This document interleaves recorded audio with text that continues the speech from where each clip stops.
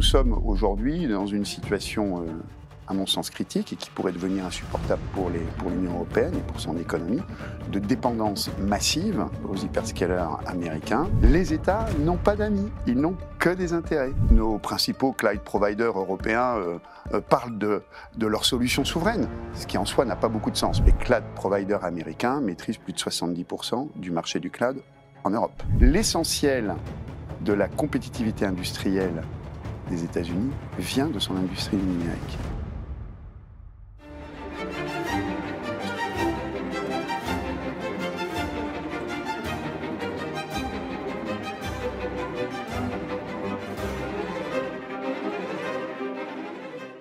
Bonjour Henri Dagrin, bienvenue sur notre émission L'Angle d'Attaque. C'est une émission en cybersécurité, business et stratégie de la chaîne Risquintel Média. Donc tu es délégué général du SIGREF et aujourd'hui on va parler notamment de numérique, d'Europe, de Commission européenne. Je vais commencer notamment avec l'actualité. Très récemment, on a vu Thierry Breton qui a démissionné donc, de la Commission européenne. Et donc ma question, c'est quelle stratégie européenne pour le numérique à l'aune de ce changement dans le collège des commissaires européens ? Eh bien, en effet, Thierry Breton a démissionné. C'était lui qui était en charge notamment de ces sujets numériques, qui avait la tutelle sur la DG Connect, la direction générale de la Commission européenne qui est en charge de ces sujets. Dans la nouvelle commission, c'est une Finlandaise, Henna Virkkunen, qui est par ailleurs vice-présidente exécutive de la Commission, en charge du numérique, de la sécurité et de la démocratie, donc qui récupère cette partie du portefeuille de Thierry Breton, portefeuille qui a été scindé et réparti sur plusieurs portefeuilles de commissaires. Et donc c'est Henna Virkkunen qui a récupéré le numérique, et qui a reçu une lettre de mission de la part de la présidente de la Commission, Ursula von der Leyen. Cette lettre de mission est intéressante, il faut aller la lire, elle est en ligne, et notamment, on voit que, sous l'impulsion notamment, et probablement du rapport de Mario Draghi, rendu au début du mois mi-septembre à la présidente de la Commission, eh bien, les sujets de souveraineté numérique pour l'Europe, de maîtrise des dépendances technologiques sont inscrits dans sa feuille de route. On verra comment tout cela ensuite est mis en musique par cette vice-présidente exécutive de la Commission. Alors avant de parler justement de ce qu'on attend pour le futur, est-ce qu'on pourrait faire peut-être un bilan ? Quel a été le bilan au niveau du numérique de la dernière Commission européenne ? Alors le bilan, il est contrasté, enfin en tous les cas c'est comme ça qu'on peut l'appréhender. Il est peut-être un petit peu tôt pour tirer des conclusion définitive sur les réussites, les succès, les échecs de cette commission en matière de régulation du numérique. Ce que l'on constate, c'est que entre 2019 et 2024, cette commission a adopté un nombre très important de textes législatifs ou a initié un nombre très important de textes législatifs dans le domaine du numérique. On peut se rappeler du Data Governance Act, du Data Act, du Digital Market Act, Digital Services Act, le Cyber Security Act en 2019 est rentré en vigueur. Donc c'était la précédente commission. Il y a également le Cyber Resilience Act, la directive NIS 2, donc un nombre extrêmement important de textes qui sont censés réguler ce marché du numérique. Néanmoins, en tous les cas, quand on se met dans la position des utilisateurs professionnels du numérique, les effets, notamment sur la maîtrise des dépendances technologiques de l'Union européenne, nous apparaissent à ce stade assez faibles. Et donc, c'est pour ça que, notamment des associations comme le SIGREF, mais avec nos partenaires allemands, néerlandais, belges, nous avons publié au mois de novembre dernier, 2023, un manifesto européen que nous avons présenté dans le cadre de la campagne pour les législatives, pour la campagne pour les européennes, en avril-mai 2024, et que nous allons présenter le 12 novembre à la nouvelle commission, à l'invitation de la députée européenne Stéphanie Yoncourtin, au Parlement européen. Nous allons présenter ce manifesto dans lequel nous appelons la nouvelle Commission à renforcer son action pour maîtriser ses dépendances technologiques, notamment. Il n'y a pas que ça, mais c'est un des sujets majeurs. Et puis à travailler à renforcer notre capacité collective à protéger nos données les plus sensibles, les plus stratégiques, les données sensibles et stratégiques de l'économie européenne et des administrations publiques européennes. Alors justement, est-ce que la notion de souveraineté numérique a la même définition pour un Français que pour un Finlandais, par exemple? Moi, je reste très prudent sur la notion de souveraineté. On essaye de pas trop l'employer, d'abord parce que c'est une notion qui a une dimension juridique assez faible. En revanche, elle a une dimension politique extrêmement forte, et chacun l'utilise un peu pour lui faire dire ce qu'il veut. Vous verrez, mais tout le monde aujourd'hui a des ambitions de souveraineté. Nos principaux cloud providers européens parlent de leurs solutions souveraines, ce qui en soi n'a pas beaucoup de sens. Mais enfin, je peux l'expliquer, mais ça nous entraînerait peut-être dans un autre débat. Mais Google Cloud se prétend être un instrument de la souveraineté des données des entreprises. AWS a créé sa région souveraine. Tout le monde est souverain. En réalité, derrière l'utilisation de ce terme, en général, il y a un sous-texte, il y a des sous-entendus.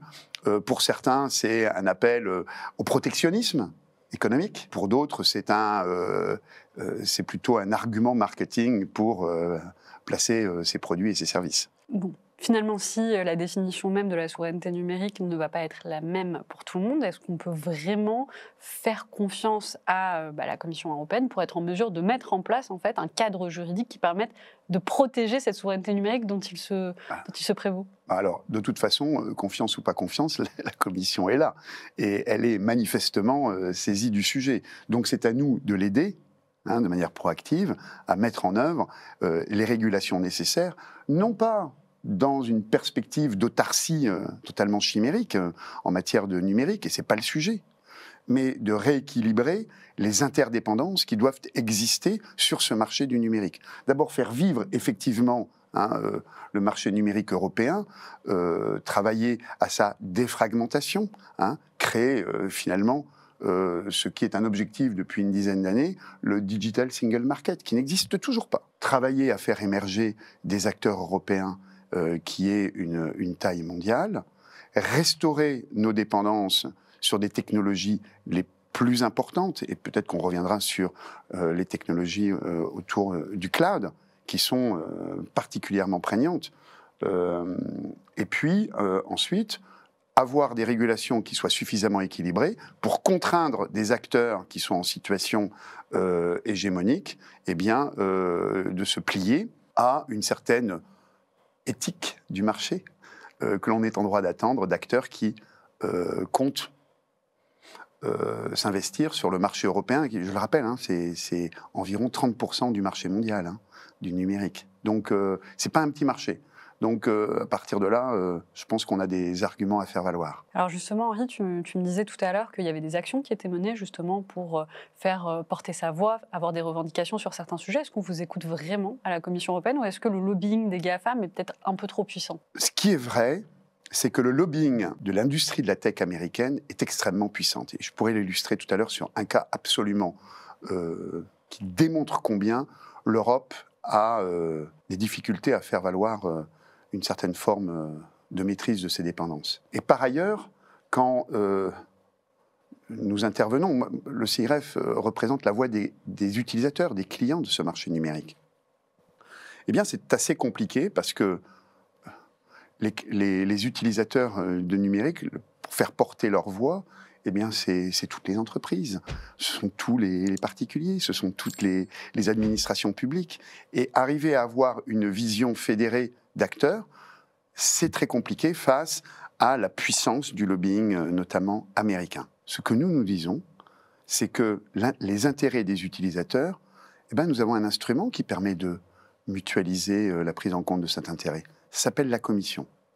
Ça s'appelle la Commission européenne. Et donc, nous attendons de la Commission qu'elle ne soit pas un arbitre entre, d'un côté, les utilisateurs clients du marché du numérique et les fournisseurs qui sont très souvent américains, mais qu'elle prenne en compte les intérêts des utilisateurs. Cette position d'arbitre, à notre sens, est assez délétère. Qu'est-ce qui s'est passé avec le UCS? Est-ce que tu peux d'ailleurs réexpliquer ce que c'est que le UCS? Alors, le UCS, quand je parlais d'un exemple assez pathologique de cette difficulté de maîtriser nos dépendances, je pensais notamment à l'EUCS. L'EUCS, c'est un schéma européen de certification de sécurité des services cloud. Ce schéma européen de certification de sécurité, l'EUCS, est appelé par un texte qui a été adopté en 2019 qui s'appelle le Cyber Security Act. Le Cyber Security Act prescrit à la Commission européenne de faire préparer par l'ENISA ces schémas de certification de sécurité de différents services numériques, dont les services cloud. L'ENISA a donc travaillé, pris sa plume et préparé avec des groupes d'experts ce schéma de certification pour les services cloud. Et ce schéma de certification a été publié début 2022, je crois, fin 2021, début 2022. Et il prenait en charge une exigence qui, à l'époque, était portée par la France, l'Allemagne, l'Italie et l'Espagne, de disposer de critères permettant de s'affranchir des législations non européennes à portée extraterritoriale. Alors j'en cite deux qui existent, notamment pour le cloud. C'est la loi du 28 juin 2017 sur le renseignement national.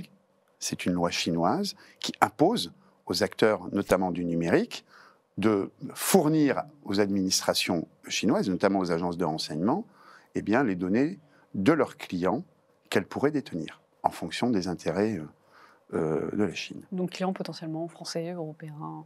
Des clients, quels qu'ils soient.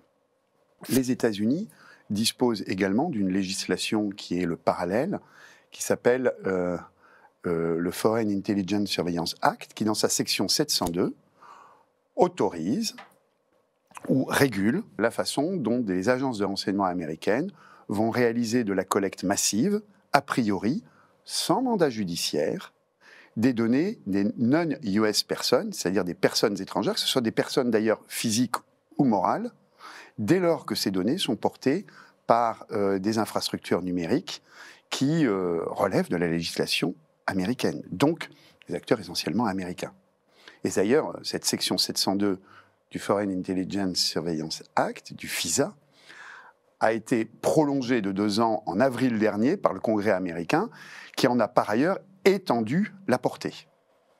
Donc tout le monde le sait, tout le monde connaît l'existence de cette capacité dont disposent les Américains, dont je le rappelle, les cloud providers américains maîtrisent plus de 70% du marché du cloud en Europe. Donc c'est quand même une loi qui est dangereuse pour les Français. Qui est dangereuse. En tous les cas, qui a des effets et qu'il faut prendre en compte.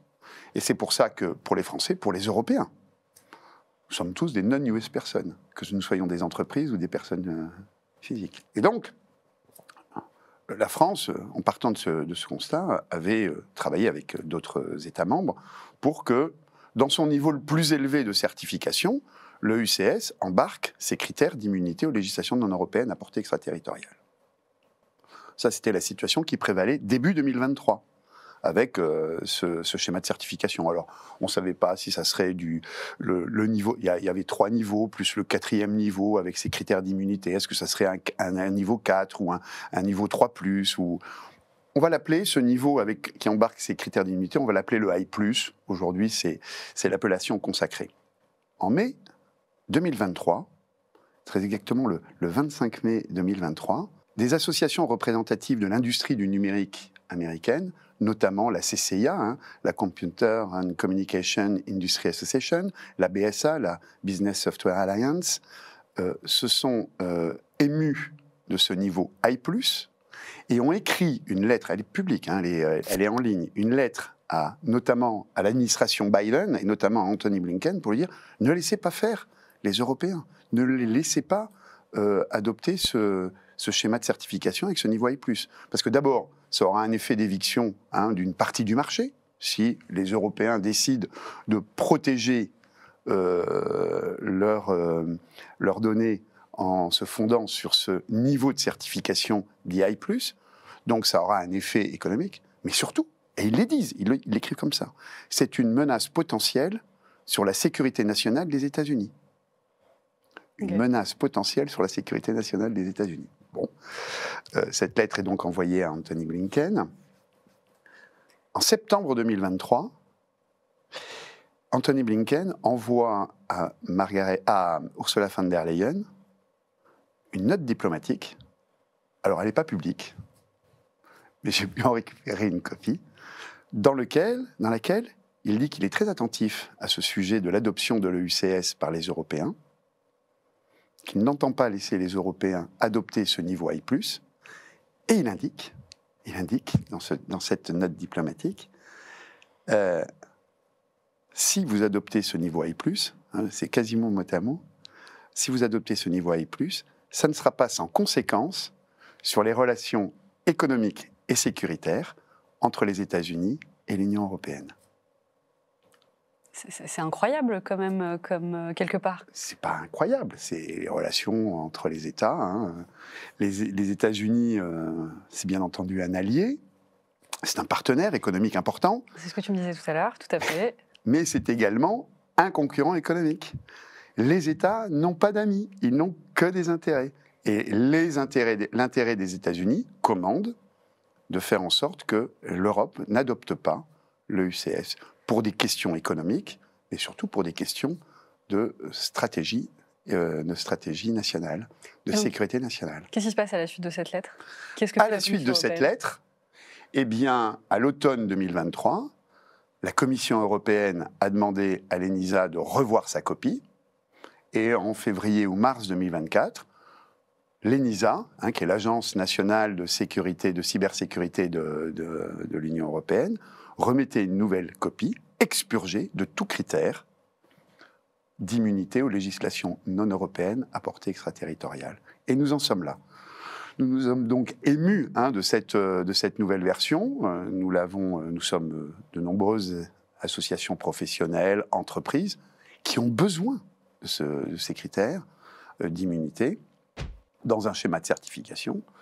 Nous nous sommes collectivement émus de cette nouvelle version, de cette orientation, et nous faisons en sorte aujourd'hui de démontrer que ce n'est pas pour des raisons juridiques, comme peut l'expliquer aujourd'hui la Commission européenne, mais pour des questions de relations avec les États-Unis, que cette disposition a été enlevée.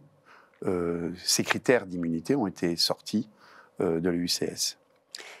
Est-ce que les entreprises ont conscience de ce risque, ou est-ce que quelque part elles vont plutôt privilégier les solutions qui sont performantes tout en ne prenant pas tant que ça en compte le risque qu'il peut y avoir de collecte de données? Alors, entendons-nous bien, il ne s'agit pas, à travers notre action, d'une réaction d'américanophobie ou quoi que ce soit. Et nous pensons qu'il n'y a absolument aucune intention d'évincer des sociétés américaines du marché européen. En revanche, ce que nous attendons, c'est que on puisse, à travers différents types de régulations et différentes démarches, rééquilibrer ce marché pour deux raisons. D'abord, permettre aux entreprises de protéger leurs actifs stratégiques et sensibles, leurs données stratégiques et sensibles, en général d'ailleurs non personnelles, parce que, bien entendu, il faut protéger les données à caractère personnel, on pourra peut-être y revenir, et c'est important, mais d'un point de vue éthique. Alors que protéger ces données sensibles et stratégiques, que ce soit des données financières, des données commerciales, des données de propriété intellectuelle, de R&D, ça, ce sont la sensibilité, elle est d'un autre ordre, elle est économique. Vous voyez ? Parce que qu'est-ce que font les agences de renseignement américaines à travers la mise en œuvre des effets à travers les effets de la section 702 du FISA? Elles font toutes sortes d'activités, lutte contre le terrorisme international, lutte contre des grandes fraudes. Bien entendu, il y a beaucoup de sujets sur lesquels on peut d'ailleurs, on ne peut que se retrouver avec la lutte contre la grande criminalité, se retrouver avec les États-Unis et collaborer d'ailleurs sur ces sujets-là. Mais par ailleurs, toute agence de renseignement, et notamment une agence de renseignement anglo-saxonne, elle fait également, pour une bonne partie de ses activités, du renseignement d'intérêt économique. L'intelligence économique, c'est quand même un secteur d'activité qui est particulièrement vivace, notamment dans les pays anglo-saxons. Donc n'ayons aucun doute sur le fait que lorsque une entreprise s'adresse au guichet d'une agence de renseignement aux États-Unis et demande des renseignements sur un concurrent qui est non américain, eh bien, il y a toujours une solution pour lui trouver les renseignements nécessaires pour améliorer sa compétitivité sur les marchés internationaux. Alors là, on a parlé justement de l'Europe. Moi, j'aimerais qu'on redescende au niveau de la France. Quelle est la stratégie de la France pour le numérique, surtout au vu du remaniement ministériel récemment?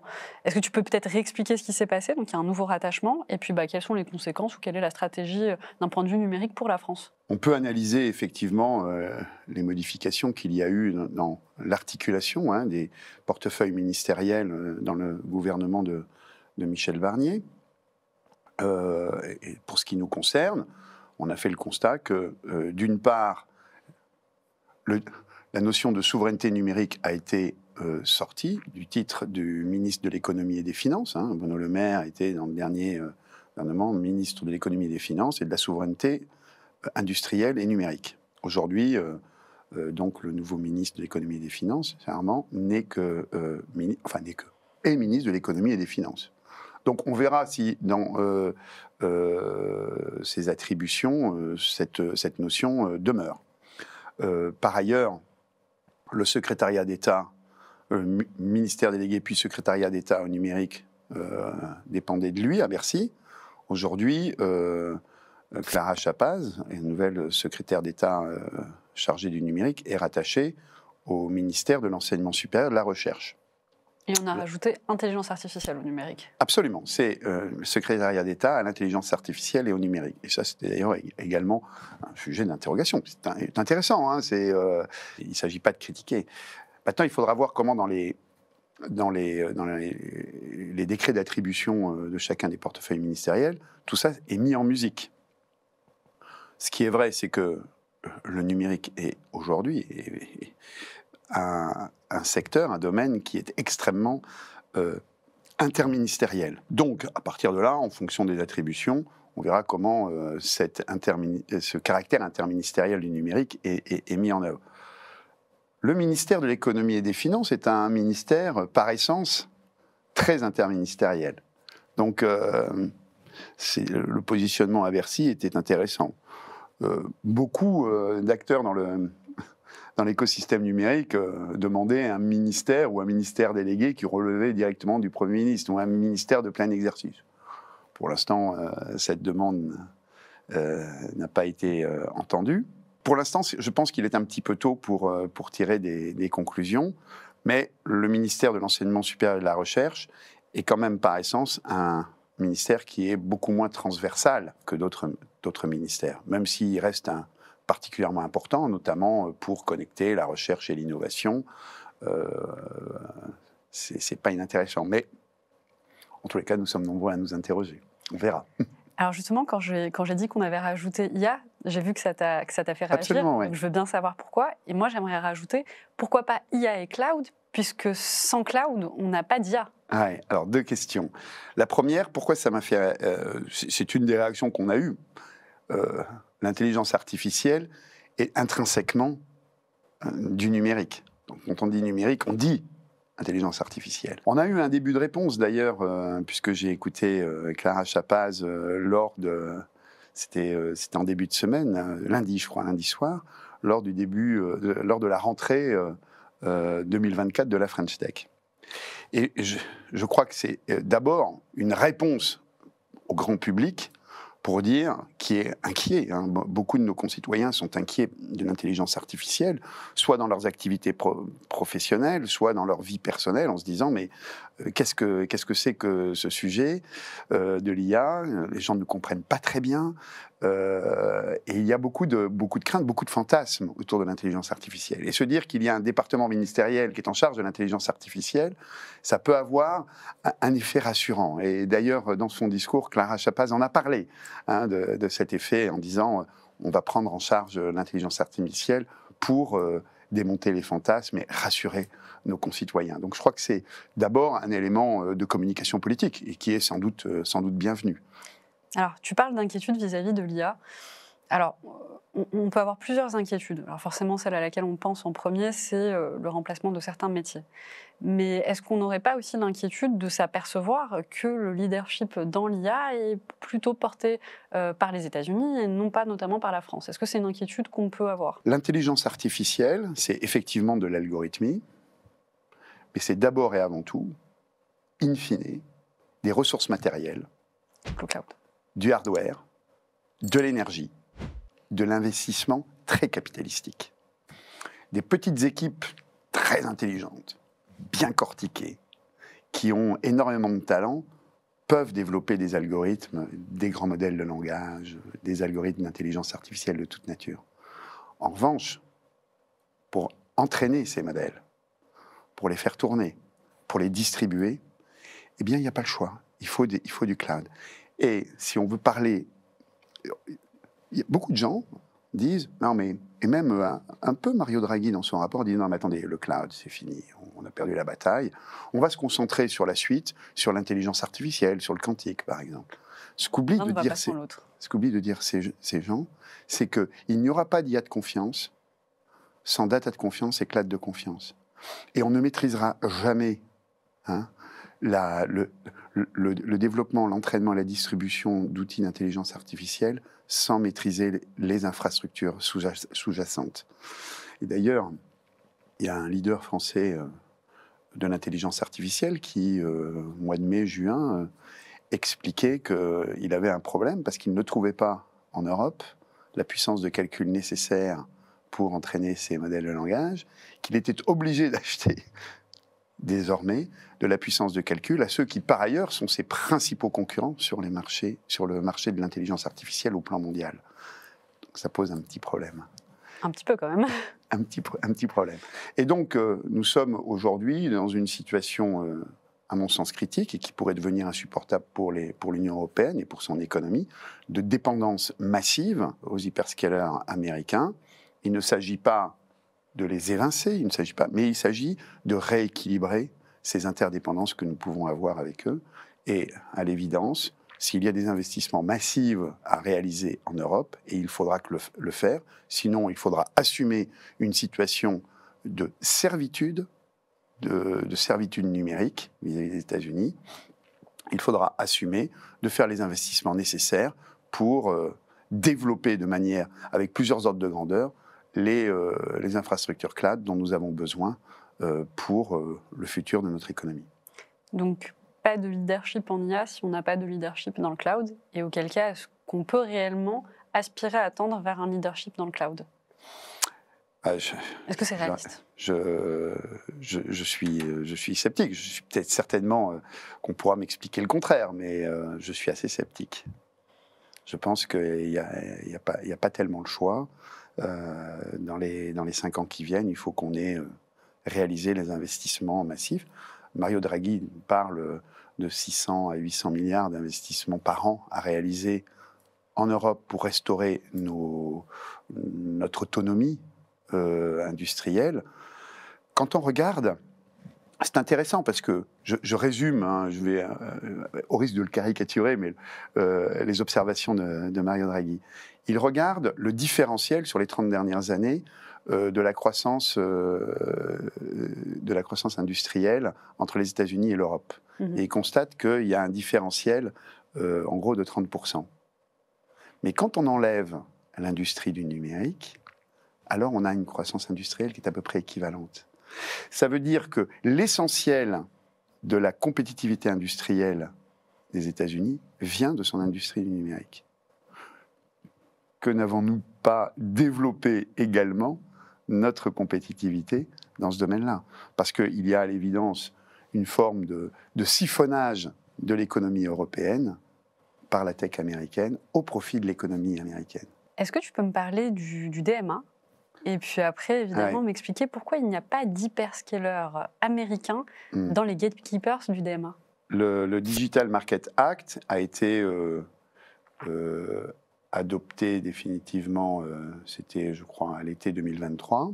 Il est entré en vigueur début août 2023, de mémoire. Le 6 septembre 2023, la Commission européenne a dévoilé les gatekeepers, c'est-à-dire les contrôleurs d'accès, qui, au titre du Digital Market Act, sont soumis à des obligations ex ante sur les différents segments des Digital Services qui ont été inscrits dans le Digital Market Act, dans le DMA.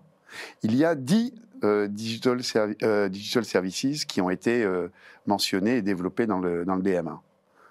Sur 8 d'entre eux, il y a des gatekeepers qui ont été désignés. Notamment, Microsoft a été désigné pour Windows, hein, pour les OS, pour différents sujets, pour les moteurs de recherche. Il y a un Digital Services sur lequel il n'y a pas eu de désignation de gatekeeper, c'est les Cloud Services. Dans un contexte quand même où, sur le marché de l'Union européenne, 3 hyperscalers américains, Microsoft, Amazon Web Services, Google Cloud, préemptent plus de 70% du marché. Plus de 70% du marché. Avec des parts de marché qui sont en croissance constante. Donc, la Commission, nous en sommes émus dès le 8 septembre 2023. Nous avons écrit et avec nos partenaires européens, hein, c'est pas un truc uniquement de Français, mais nous avons tous été particulièrement surpris, désappointés par cette non-désignation de gatekeepers sur les cloud services, et nous l'avons exprimé à la Commission européenne, laquelle nous a répondu qu'elle avait des difficultés à le faire suivant des critères quantitatifs, hein, puisqu'il y a des effets de seuil quantitatifs, et au-dessus de ces effets de seuil, on tombe automatiquement sous le coup du DMA. Et qu'à cela ne tienne, il y a des critères également qualitatifs qui peuvent être retenus par la Commission européenne. Et donc, depuis, nous incitons fortement la Commission européenne à faire jouer ses pouvoirs d'enquête pour vérifier qu'effectivement, nous avons 3 hyperscalers qui peuvent, du point de vue qualitatif, être pris dans les obligations du Digital Market Act, au titre des Cloud Services. Est-ce que quelque part, ce ne serait pas un peu ce que tu me disais au départ, hein, sur le lobbying de certains GAFAM? Est-ce que ce ne serait pas un autre exemple, finalement, d'un lobbying mis en place dans ce cadre-là? En l'occurrence, sur ce sujet-là, je ne l'ai pas observé. Mais je ne serais pas surpris. D'accord.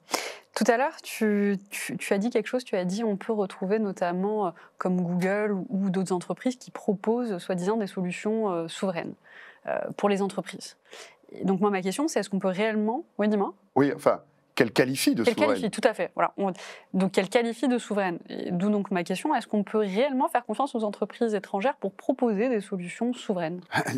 On va revenir sur le sujet. D'abord, dans sa définition la plus orthodoxe, rigoureuse, hein, et celle qui est que nous ne devrions pas oublier, que nous devrions utiliser, la souveraineté est un attribut exclusif des États. C'est la compétence exclusive dont ils détiennent sur le territoire où elles s'exercent, hein, et où ils ne sont limités que par leurs propres engagements dans l'ordre international. C'est ça la souveraineté, c'est la définition. Il n'y a pas de raison de retenir une autre définition de la souveraineté dès lors que l'on parle de numérique. C'est un attribut exclusif des États qu'ils mettent en œuvre à travers des politiques publiques de souveraineté. Je prends un exemple pour bien me faire comprendre. Dire un cloud est souverain, ça ne veut rien dire. En revanche, dire, quand l'État dit « moi, je décide, à travers une politique publique de souveraineté, que les clouds qui sont certifiés au titre du Secnum Cloud, j'estime qu'ils répondent à des critères de souveraineté que j'ai décidés. » Mais ça ne veut rien dire quand on s'autoproclame une solution n'est pas souveraine, un cloud n'est pas souverain, une entreprise n'est pas souveraine, ça ne veut rien dire. D'abord, et en plus, lorsque un utilisateur, je porte la voix des utilisateurs, exprime ses besoins, il les exprime jamais en disant « je veux une solution souveraine ». Ça n'existe pas. Quand on exprime un besoin, on dit, on remplit des cahiers de clauses techniques, dans lesquels on dit « je voudrais que pour avoir confiance dans la solution que vous allez me vendre, je voudrais que ça réponde à tel et tel critère en fonction de mes besoins. Hein? Et une entreprise peut dire, j'ai besoin, pour protéger mes données sensibles et stratégiques, d'avoir une solution de cloud qui réponde à tel et tel critère de confiance, notamment en termes d'immunité aux législations non européennes à portée extraterritoriale. J'exprime un besoin de confiance. Après, si effectivement il y a des solutions par le biais de politiques publiques de souveraineté qui répondent à ces critères, très bien. Et ça simplifie le travail. Mais une entreprise ne demande pas, n'exprime pas un besoin en termes de souveraineté, mais en termes d'objectivation des critères de confiance qu'elle peut accorder à telle ou telle solution technique. Donc finalement, ce qu'on voit comme discours de la part des entreprises, on est vraiment sur du marketing, on va appeler du trust washing.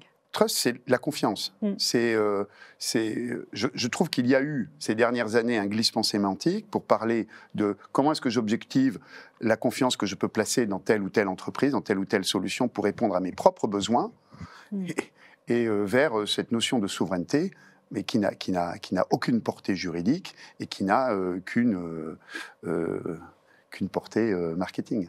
Aujourd'hui, enfin, je le trouve. Voilà. Et d'ailleurs, par ailleurs, je trouve que certains qui auraient éventuellement des responsabilités en matière de souveraineté, de mise en œuvre de politiques de souveraineté, eh bien, s'exonèrent assez facilement de leurs propres responsabilités en se satisfaisant de ce glissement sémantique. D'accord. Alors, l'Allemagne, futur leader dans le cloud via Schwartz, donc qui détient Lidl, est-ce que c'est une bonne nouvelle? Je crois que toute nouvelle de l'émergence d'offres dans le cloud en Europe est une bonne nouvelle. Et si c'est une solution allemande, très bien. Et bien sûr, la France doit soutenir son industrie du cloud, c'est évident, mais c'est une bonne nouvelle. Et ça veut dire par ailleurs que les Allemands sont attentifs justement à ce sujet, et parfois, notamment dans le débat sur l'IUCS, on a pu en douter. Je rappelle que sur l'IUCS, c'est intéressant, hein, le 30 octobre 2023, Bruno Le Maire, avec ses homologues allemands et italiens, à l'issue d'une réunion trilatérale en préparation d'un sommet européen, et c'est public, on peut retrouver le communiqué de presse tripartite, hein, expliquait bien qu'ils travailleraient ensemble à un référentiel de certification de sécurité des services cloud intégrant des critères d'immunité aux législations non européennes à portée extraterritoriale. C'est écrit texto dans le texte. Ça, c'est le 30 octobre 2023. En novembre 2023, à l'issue justement de la stratégie mise en œuvre par Anthony Blinken, retournement de situation de la part des Allemands, pour plusieurs raisons. En fait, il y a deux grandes raisons. Parce que, je vous rappelle ce que disait Anthony Blinken, hein, ça ne sera pas sans conséquence sur les relations économiques et sécuritaires entre les États-Unis et l'Union européenne. Ça veut dire quoi? Ça veut dire qu'il y a des secteurs d'activité en Europe qui craignent, comme la peste, des restrictions d'accès au marché américain. Et on pense notamment à l'automobile allemande. Et en Allemagne, quand l'automobile parle, l'automobile a raison. Et puis, il y a les États membres de l'Union européenne qui craignent tout autant des restrictions d'accès aux garanties de sécurité apportées par les États-Unis, notamment dans le contexte de l'Ukraine. Par exemple. Comment? La Finlande pourrait être dans ce cas, on pourrait imaginer au vu de sa proximité géographique de la Russie, du contexte actuel. Oui, c'est possible. Hein, c'est pas pour rien d'ailleurs qu'elle est entrée dans l'OTAN. Voilà. Donc, ça, il faut l'avoir à l'esprit. Et donc, ce revirement de l'Allemagne vis-à-vis de critères d'immunité dans le UCS était important. Qu'est-ce que l'on peut lire à travers l'émergence de l'offre Schwartz Digit, donc du groupe Lidl? C'est que le groupe Lidl a décidé lui-même de maîtriser son informatique dans le cloud. Alors, aujourd'hui, on annonce près de 2 milliards de chiffre d'affaires pour cette filiale cloud du groupe Lidl. On ne sait pas très bien ce que représente dans ces 2 milliards, finalement, la part de Lidl. J'ai cru comprendre que c'était peut-être 1,4 milliard, 1,5 milliard. Donc la part du chiffre d'affaires sur le marché hors Lidl reste encore faible. Mais enfin, on a un autre acteur en France qui fait à peu près la même chose, qui est dans une même démarche et qui est particulièrement intéressant, c'est 3DS Outscale, la filiale cloud d'Asso Systèmes, qui d'une part fournit les infrastructures cloud pour faire tourner les produits cloud de Dassault Systèmes, qui par ailleurs vend ses offres sur le marché, et notamment aujourd'hui à travers la filiale qu'ils ont créée avec Bouygues Télécom, la Caisse des dépôts, avec DocaPost, il s'appelle HumeSpot. Donc avec des enjeux dits de souveraineté, mais en tous les cas de confiance, qui sont tout à fait intéressantes. Alors puisqu'on parle justement d'indépendance numérique, est-ce que tu peux m'expliquer un petit peu l'impact du rachat de VMware par Broadcom ? C'est un sujet qui nous occupe beaucoup. Pour rappeler l'histoire, VMware, c'est une société donc qui, depuis près d'une vingtaine d'années, développe et vend des logiciels de virtualisation des infrastructures, numériques. Virtualisation du calcul, du stockage, du réseau, orchestration, hyperconvergence des infrastructures. VMware était une société qui était considérée d'abord comme très performante. On dit tout le monde a choisi VMware, c'est un scandale. En fait, ça s'est pas fait comme ça. Tout d'un coup, il n'y a pas tout le monde qui a dit tiens, on va choisir VMware. Mais sur le marché, VMware proposait des solutions depuis près d'une vingtaine d'années particulièrement performantes. Et donc, progressivement, le marché s'est articulé d'une façon à ce que VMware se retrouve dans une situation de position dominante sur le marché de la virtualisation. En soi, une position dominante, elle n'est pas condamnable. C'est le marché qui arbitre, c'est assez naturel. En tout cas, ça arrive. Et dans le numérique, il y a d'autres sujets de position dominante.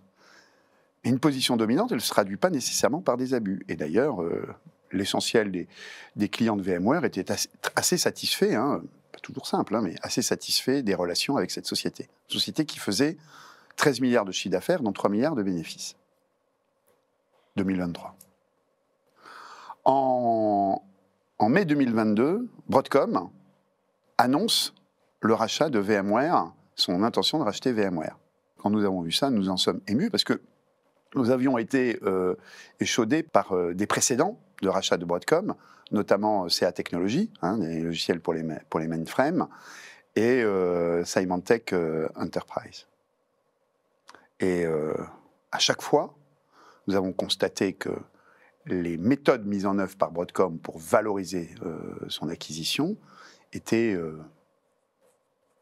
brutales, se traduisaient par des hausses tarifaires excessives et par une situation d'abus. Voilà, donc là, il y a eu des abus. Des abus. Et on les avait constatés. D'ailleurs, on les avait même documentés et transmis à l'autorité de la concurrence en 2021. Donc en 2022, quand on apprend ça, en mai 2022, on écrit en juin 2022, mais pas seul, avec toujours nos partenaires européens. On travaille beaucoup avec nos partenaires européens. On écrit à la Commission, à Margrethe Vestager, qui était vice-présidente exécutive de la Commission européenne, en charge de la concurrence, et donc de la DG Compétition. Et on lui dit, Madame, en tant qu'autorité de contrôle des concentrations, vous allez être amenée à vous prononcer sur ce projet de rachat de VMware par Broadcom. Et donc, on demande à Margrethe Vestager de ne pas autoriser cette concentration, ce rachat, et que si elle l'autorise, qu'il soit assorti de conditions, notamment celle du DMA, et de désigner directement, Broadcom, sur les produits VMware, vous êtes soumis aux obligations ex-ante du DMA. En gros, c'est ce qu'on lui dit. Et puis, nous discutons avec la Commission en fin 2022, début 2023, pour exposer nos arguments, les développer. Et la Commission nous répond, écoutez, en fait, vous faites un procès d'intention à Broadcom. Bon. Et on lui avait décrit exactement ce qui allait se passer. En juillet 2023, la Commission autorise cette acquisition. Elle émet des réserves, mais pas du tout sur nos sujets, mais sur l'adhérence entre le hardware produit par Broadcom et les couches software de virtualisation. Donc, ce qui n'est pas ce qui nous concernait directement. Et puis, à travers la planète, toutes les autorités de contrôle des concentrations se prononcent en faveur de ce rachat. Voilà, toutes. Et donc, Broadcom finalise son acquisition de VMware fin novembre 2023, le 22 novembre 2023. Et à partir de là, dès la fin du mois de décembre 2023, se passe très exactement ce que nous avions prévu, mais avec une brutalité et un mépris du client totalement inédit. Rarement vu, même jamais vu dans ce monde pourtant brutal de la technologie. Donc qui se traduit par une augmentation des prix, hein, c'est bien ça? En fait, globalement, c'est des hausses tarifaires, mais qui utilisent différents mécanismes pour être mis en œuvre. Des hausses tarifaires extrêmement rapides.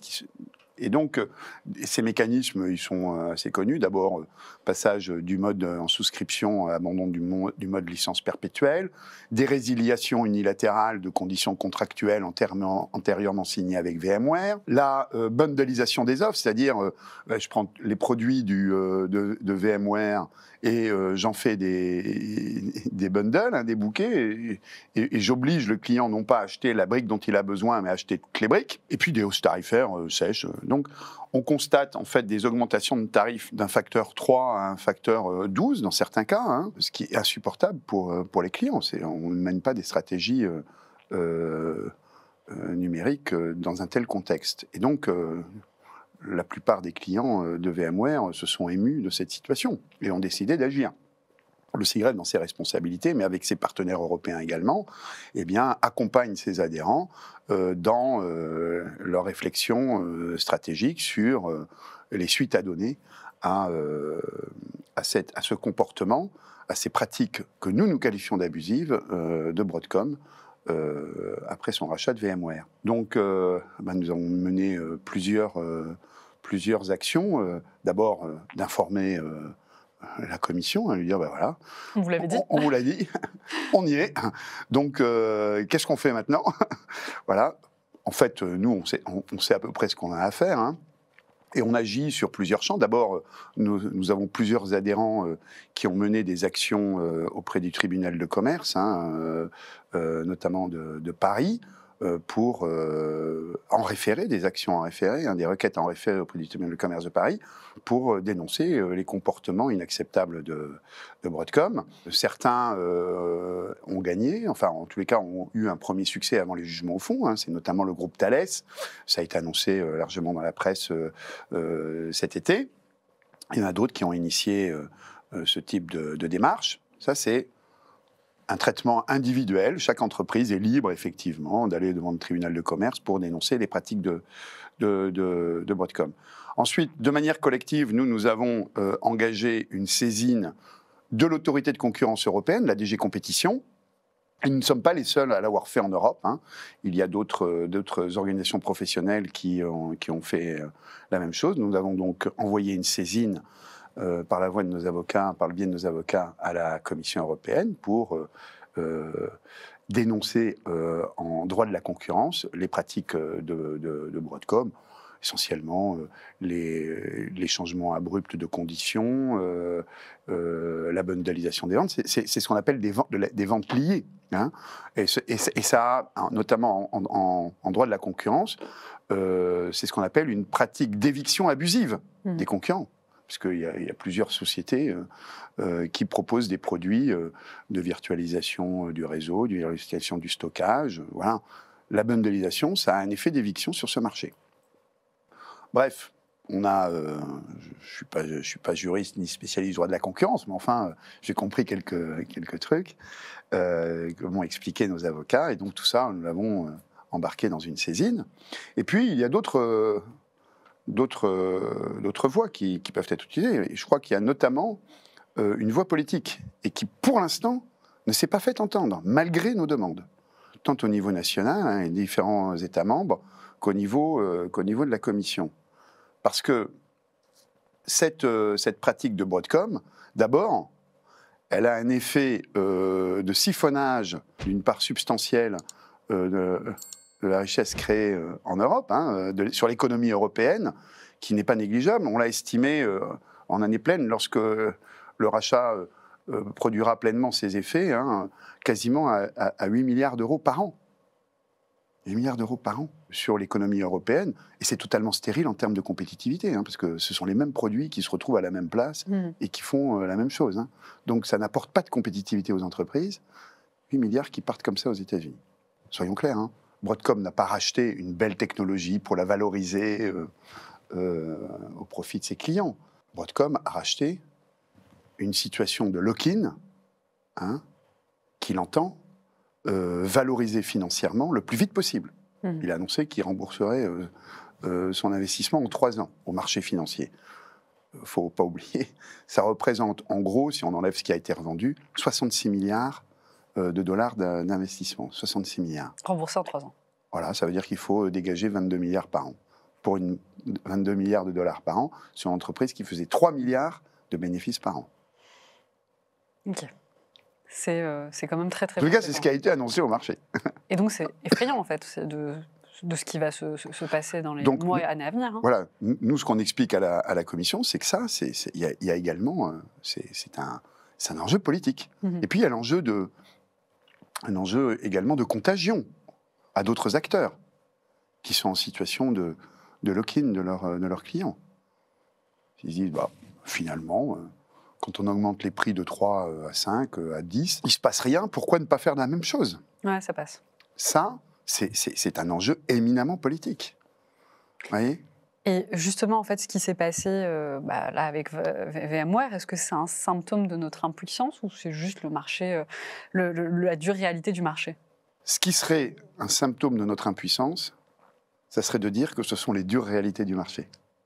Écoute, merci beaucoup en tout cas, Henri, d'avoir répondu à mes questions. On arrive à la fin de cette émission, donc c'était l'angle d'attaque pour Risque Intel Média.